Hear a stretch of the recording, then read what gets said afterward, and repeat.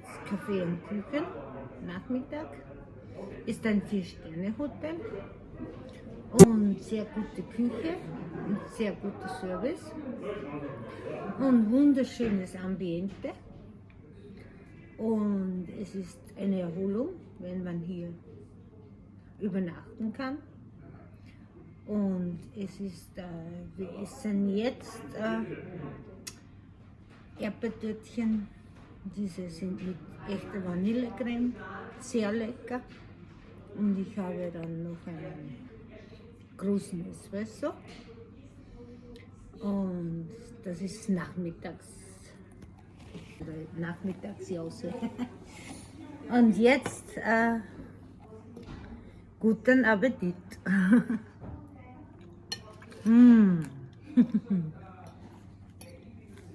Sehr gut.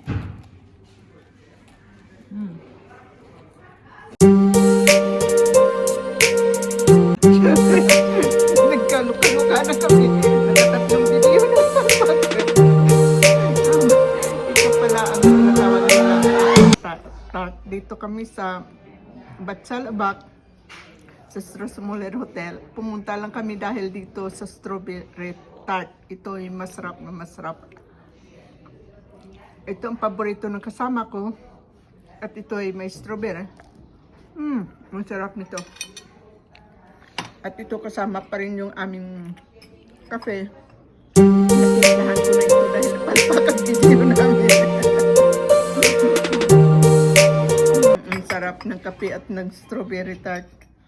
Sana makapunta rin kayo dito sa amin at makatikim rin kayo kung ano kasarap. Ito ay hotel sa taas.